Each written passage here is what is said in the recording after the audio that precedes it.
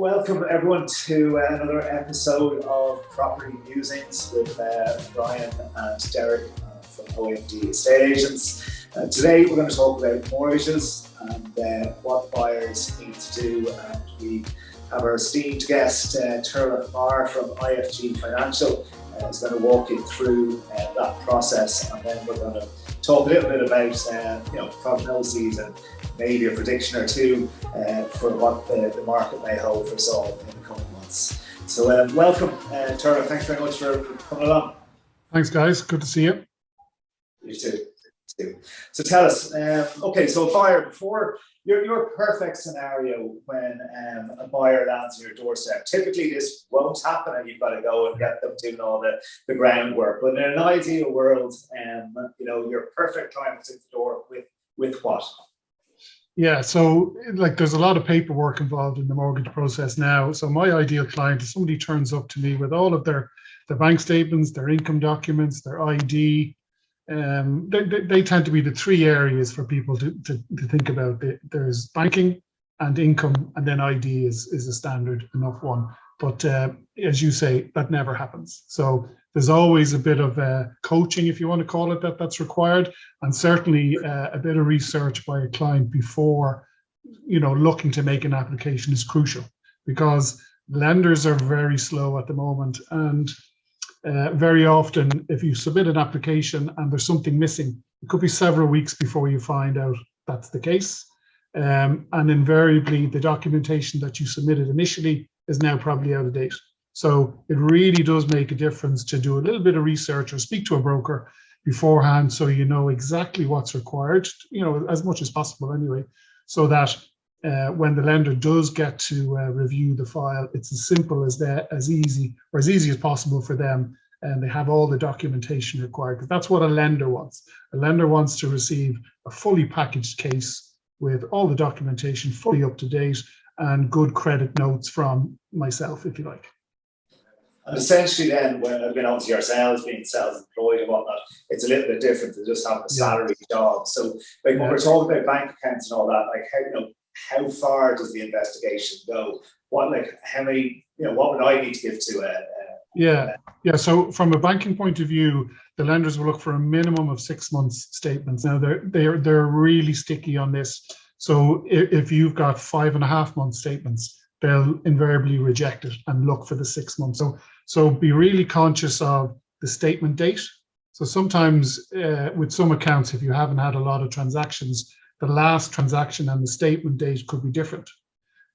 So it's the statement date that you need to be careful of, and think 6 months back. So I would say to clients, 6 months plus, even go 7 months statements if you can, and to be as recent as possible. Because again, remember, you're probably looking at several weeks with most lenders, if not all of them now at this stage, before they actually assess the case. So if your documentation is maybe 4 weeks old by the time you send it, it could be 2 months old by the time it's reviewed, and then it's just gone out of date. Okay. So again, for self-employed, then is it still €2? Is it 2 years? Yeah, typically 2 years. Again, because this is a bit of a movable feast as well with lenders, I would often recommend 3 years. Especially if it's a young company. So if the company is maybe 3 to 4 years, maybe 5 years old, I would suggest 3 years. In the current climate, because 2021 is COVID and that has impacted nearly every self-employed person, then it can be good to show the prior years to that as well, so that you can build a picture that, well, a normal trading figures in 18 and 19 were X. 2021 or 21 more so, it dipped because of COVID, and now we're back out again. So we can see a clear pathway, if you like. So that can be good for lenders to see as well, that COVID was a moment in time where there was a dip again for most companies and most people, if that's the case. And is there a benefit, Turlough, of actually going to a broker, or because you can't call into your local bank anymore and talk to the manager? Yeah, exactly. There's no days gone. You might talk to a robot if you're lucky. So what's the benefits of obviously using someone like yourself? Well, now that's a more recent, obvious benefit now, Brian, is that it's very hard to even speak to somebody in the bank or branch, be it building society or bank, even if you wanted to. it's very hard to physically meet anybody, let alone contact them over the phone. Whereas at least with a broker, and myself in particular, I meet everybody face to face. I meet them several times if that's what's required. I meet them in the evenings, meet them at home, meet them at work, whatever is required specific to that client. Meet them via Zoom initially, if that's easier as well, more recently. But yeah, the benefit of dealing with a broker, as I see it, is the access versus the lender. But also, if you go to your own bank or building society, they'll only tell you about themselves.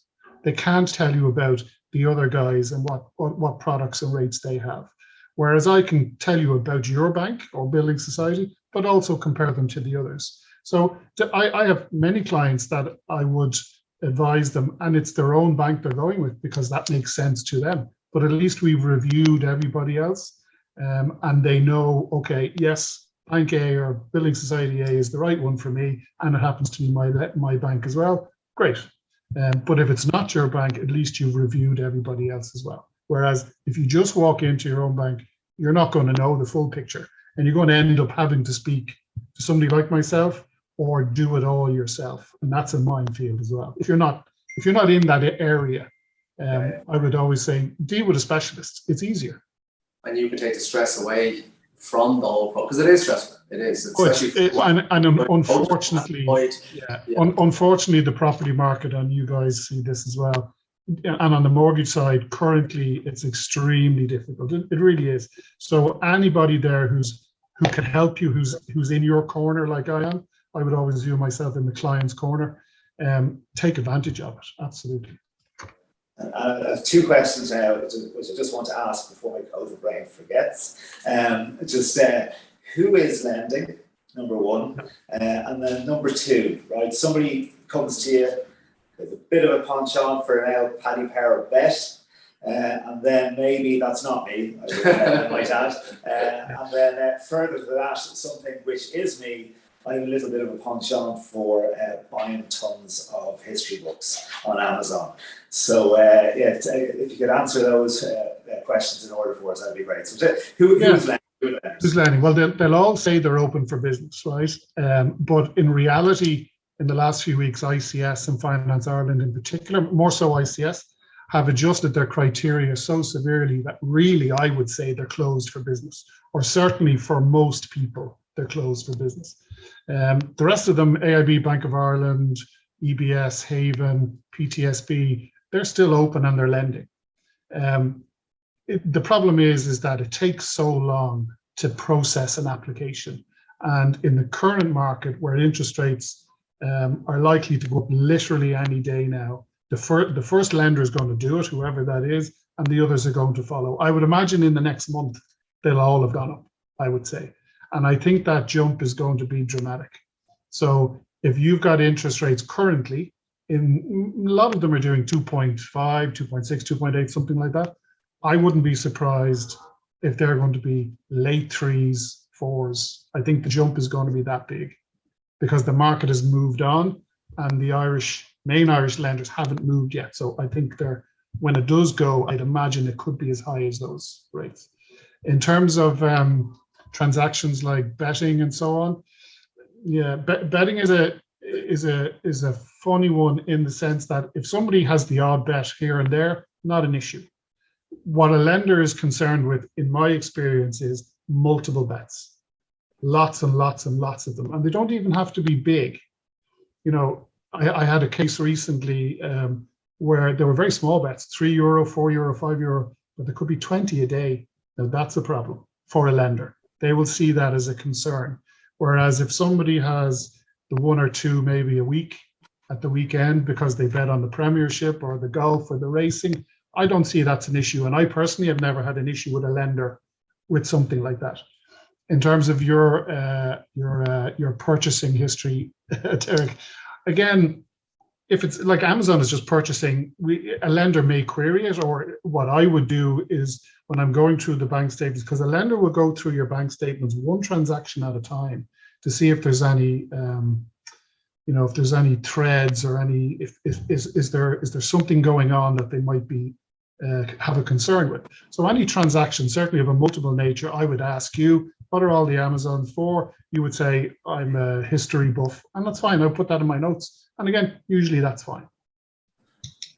Another quick picture, like what we hear a lot of from buyers is if they're banking with BOI and AIB have the better rate, they nearly feel like they have to stay with BOI. And that's not the case. I know it might make life a little bit easier, but it doesn't make a difference. It just come up with the statements and it goes exactly. There's no requirement for you to have any connection to the mortgage lender you're looking to go with. It can make it a little easier because they have your statements. But it's quite varied, actually. Many of my clients just bank with one lender, and many have multiple bank accounts. So either way, it just varies. As long as you have the bank statements and they're in order, again, whether you have Revolut or N26 internet accounts, they're all fine as well. As long as they're, as I say, in order and there's no, strange transactions. And if there are things to look out for is unusual, as a lender might say, unusual transactions in your account. So that's a once-off 1,000 or 2,000 or bigger in or out of your account. So again, that's the kind of stuff I would query. See that withdrawal there of 1,500 on the 1st of December. What was that for? Client would tell me, and that would go in my notes because I know the lender would query it. So that's the kind of thing. Yeah. And the likes of then Ulster Bank, I with KBC myself and fixed for another 2 years. Is there anything I can do? Like, should I be trying to get a deal off KBC, tie myself into longer term with them, or yes. I'm not sure. I'm not sure now what KBC are offering because we're so close to them actually finalising the transition. But the first phone call, and I only had this recently with a client who was KBC as well, and my first comment is ring KBC, see what they'll offer you. Because my view is if what they'll offer you is anyway half decent versus what's in the market, it'll be just a matter of signing a form and you're good to go. Whereas for you to move to another lender, whoever that is, all the paperwork, obviously, which is an effort in itself, but we can get over that, but it's the time it's going to take to do. And my concern would be, especially now, if you were doing it 2 months ago, a bit easier, but now my concern would be is would you even get it done in time before rates go up? Yeah. In terms then of multiples of salary that you can borrow, has there been any shift in that? And typically now, are people getting 3 times salary? The guideline, central bank guideline is 3.5 times combined salaries. So your salary is obviously 100% of your basic.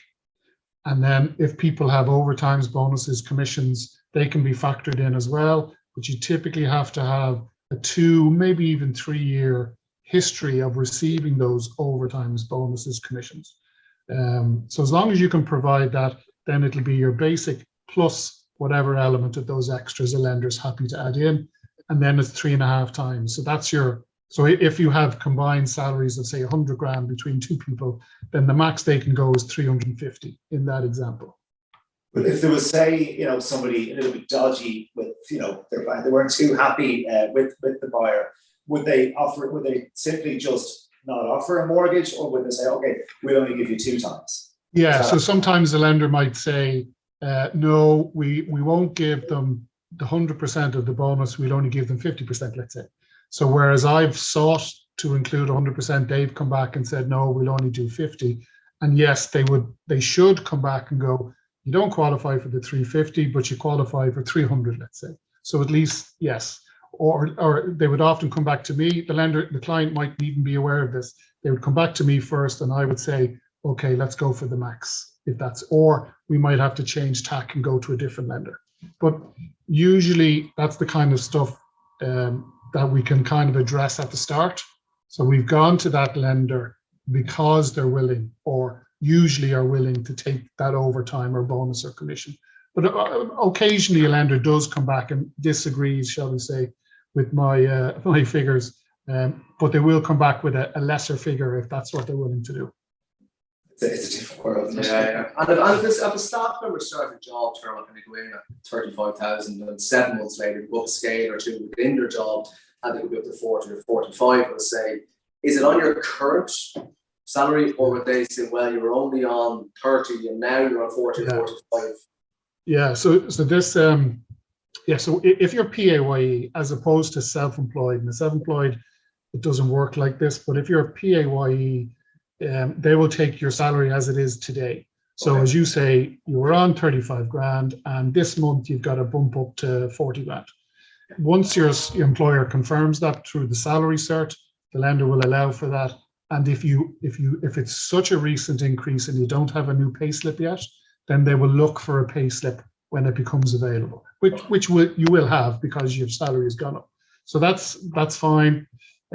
For a self-employed person who's maybe paying themselves more all of a sudden, problem there is a lender takes a 2 to 3 year view.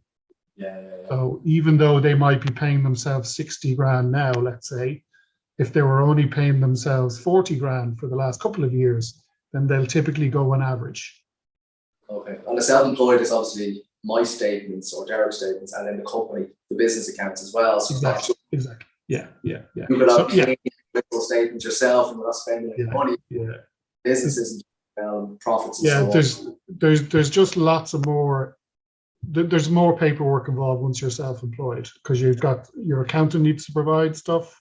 You need tax clearance, all that kind of stuff. But again, that's where I would come in and say, I know, because I'm speaking to clients all the time. When they hear the amount of paperwork that's needed, they just kind of gloss over, and it means nothing. I'm just saying words, and I know very often they're not even hearing me. I'm not the same when people explain things to me that I'm not aware of. I go, oh God, what's all this stuff? So to have somebody there to bring you through and say, right, this is what I need. I still need this. I still need that. Go to your accountant, go to revenue, whatever it might be. So lenders find that, our clients find that useful because they've been given a roadmap. This is what you need to do. Go get that for me. Go get that for me. And would like car loans impact very severely? Yeah, they can do. 10 to 20,000 euro loan, what would that do to somebody trying to borrow? Yeah, so part of the calculation of how much you can borrow, the easy one is the 3.5 times salary bit, but it's also based on part of your net salary.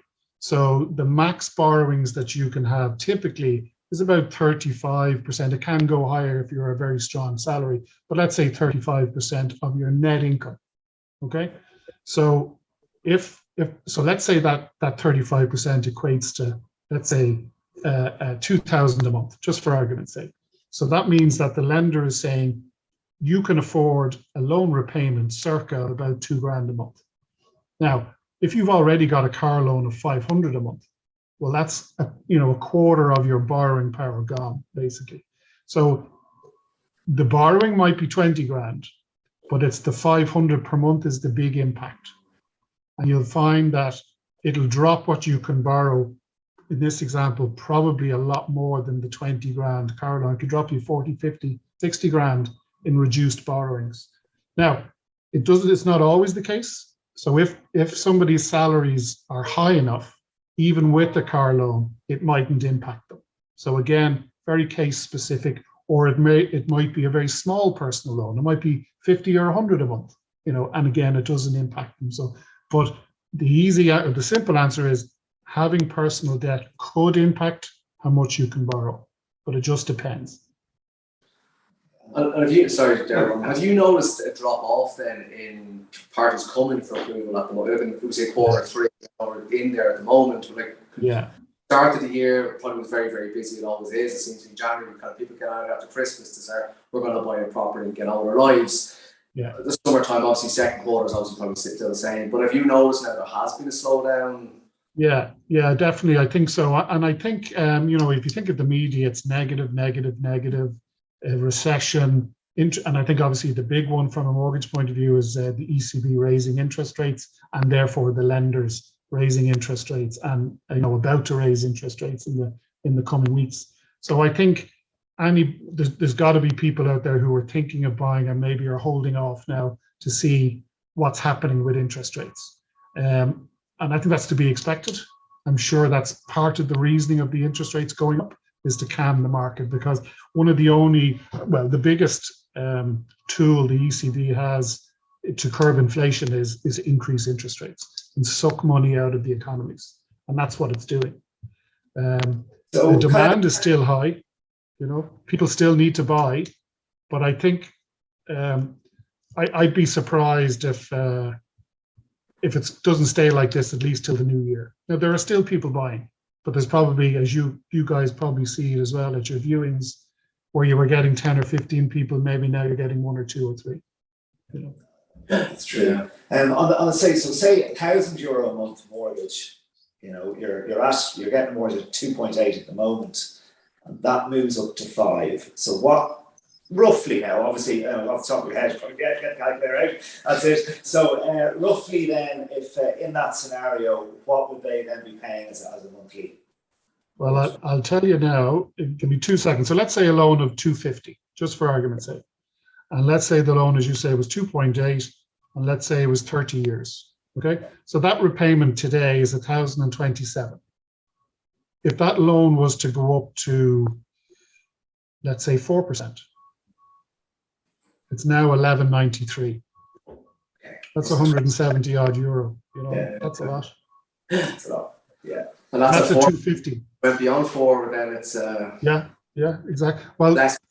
Finance Ireland increased their rates recently, and their fixed rates now are well into the 4s, and some of them are 5% plus.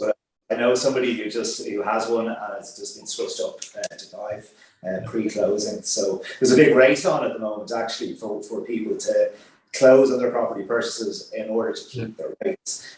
So it is panic stations out there. There's so many things happening that are influencing the marketplace now. I mean, it's very hard to make predictions. You can have fun with making predictions because most of the time you'll be wrong. You know, but you know, I wouldn't place any money on the lenders, that's for sure. What's that? Yeah, and you see, there's this big push, pressure, but it isn't backed up by turnaround speeds with the lenders. You know, the lenders are so slow. It's very frustrating to deal with. But again, as long as you're aware of this, as long as you understand this, this is how long it takes today. You know, I can try and manage people's stress levels, shall we say. Okay. And now, more like, obviously, back before the crash, there were lots of mortgage brokers, and the crash essentially wiped out brokering. Yeah. Really, you know, that was it, because the fees would have been paid on mortgage closings about a month after the purchase.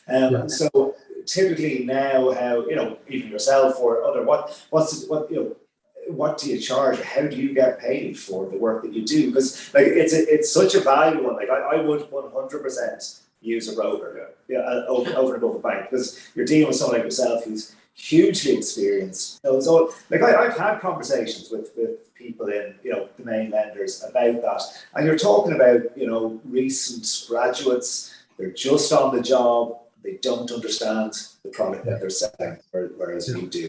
So how do we pay you for that service? Yeah, so most lenders pay. I'm authorised by the Central Bank of Ireland, as all brokers have to be. So first thing, if you're dealing with a broker, any financial advisor, be it mortgage broker, pensions broker, life broker, any of these kind of people, they all have to be authorised by the Central Bank of Ireland. So we take that as a given, but obviously seek that clarification. I'm sure they will be if they're providing any kind of information. So the standard commission payment for lenders who pay commissions, not all do, is 1%. That's an industry standard, 1% of the loan amount, that is. So if it was a €200,000 loan, it'll be €2,000, and so on. Now, the client doesn't pay that. If for the lenders who pay commissions, the client doesn't pay it. It's not added into their loan. They don't see that cost at all. It's all factored into the commercial cost of the lender doing business. Okay. Some lenders are broker only. Finance Ireland, ICS would be an example. KBC would have been originally. Then they started to open their hubs, and now they're gone. So, but some lenders are broker only, and then you have the main banks, building societies, who are branch and broker. Some lenders don't pay commissions, so that would be typically AIB, Bank of Ireland, EBS. Avant is another one actually in that list that I forgot to mention there as an existing lender. So some brokers, now this varies from broker to broker. Some lenders charge fees, and some don't, and some would charge a fee, like myself, on a case-by-case basis. And I wouldn't be surprised if there's more fees being charged lately, purely because of the amount of effort it takes to process an application. It's crazy. It really is. And you'd nearly be afraid of this looks like a straightforward case, because, invariably they're the ones that cause the most trouble. But even a straightforward case is difficult.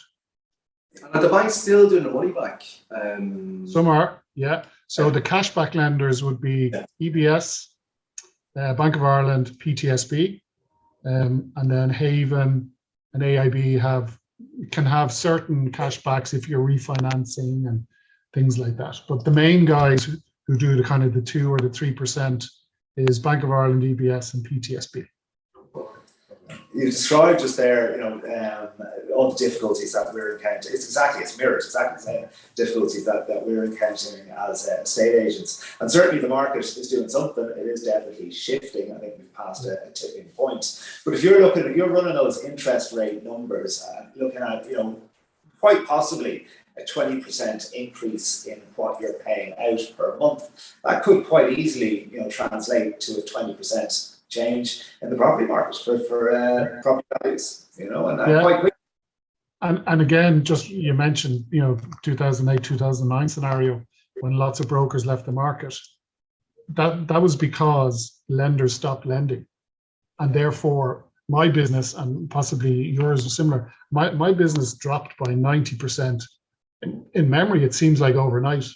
It wasn't quite, but it was certainly, So that's why a lot of people left the market. Now, bring it forward to today, it's very reminiscent of the same period last year.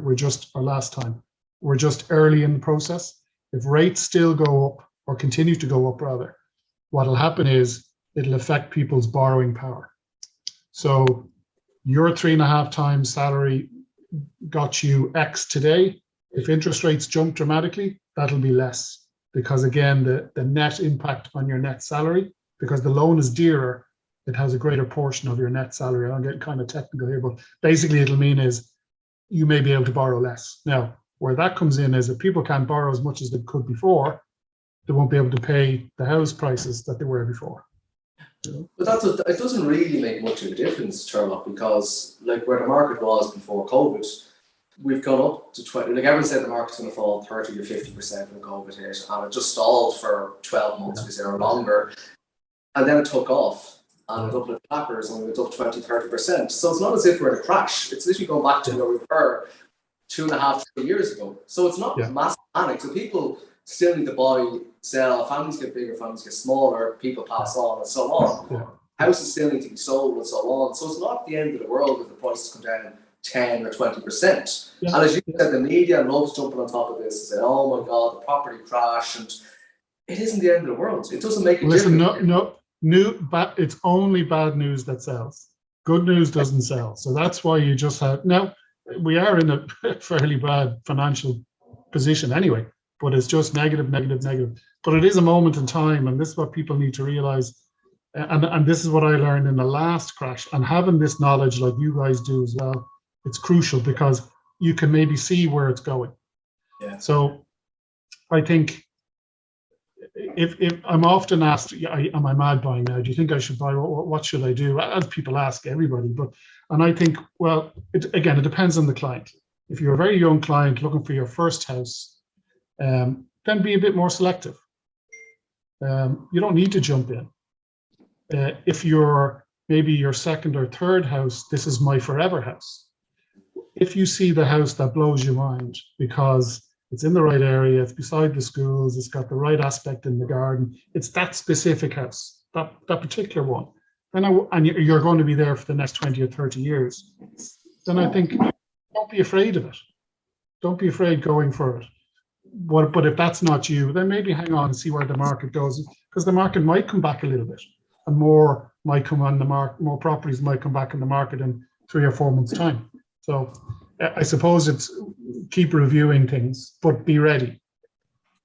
And especially with the rentals at the market, they're not coming down. They still haven't curtailed it. So if you're what's the alternative? a lot of people we talk to say they'd love to buy, but they're not financially in a position because they haven't enough 10 or 20%. But they would do anything of a family home instead of being out there trying to rent. As we know, we've spoken about many times here, the rental market is in a mess. So if you could buy your home, absolutely, you can do what you want. You can cut your grass, you can paint your walls.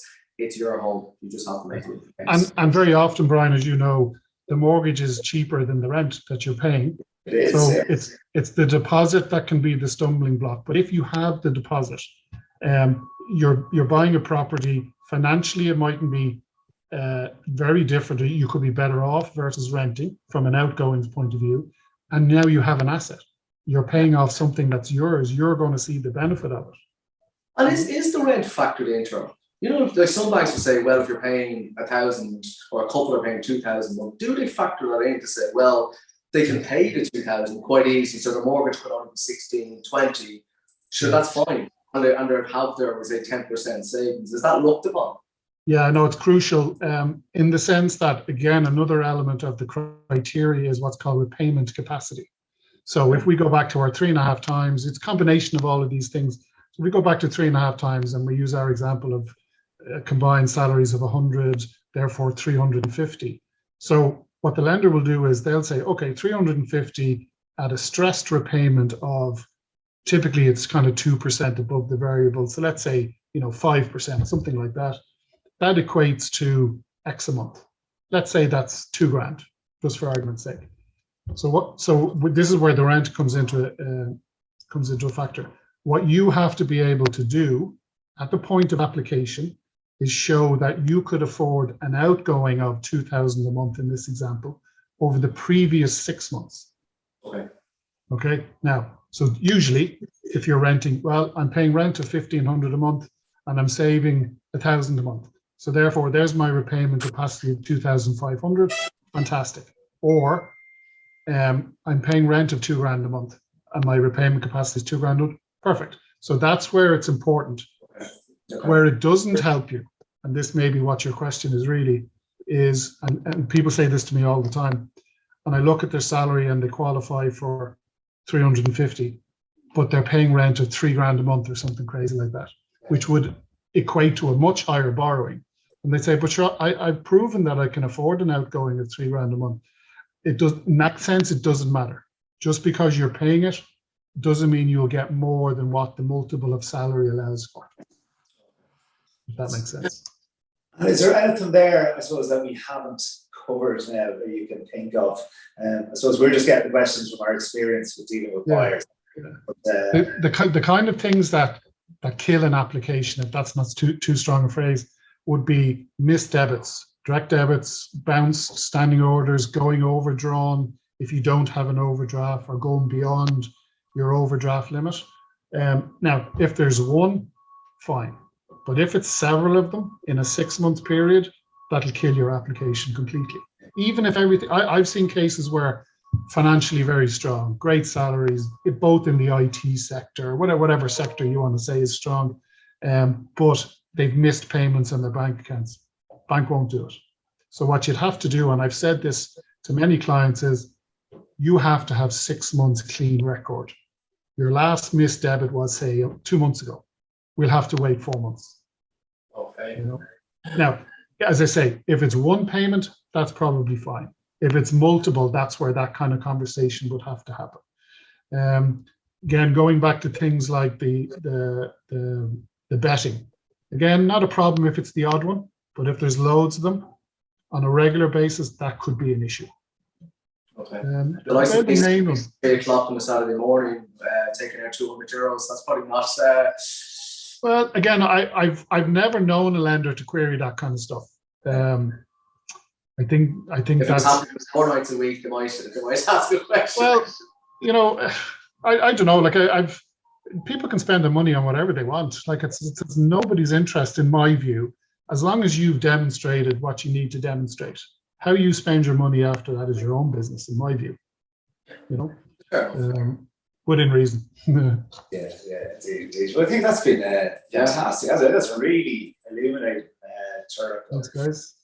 for coming down, because this is the stuff that buyers just don't know, and they really should be directed towards people like yourselves. So the shameless plug, Turlough Meagher, IFG Financial, give them a call.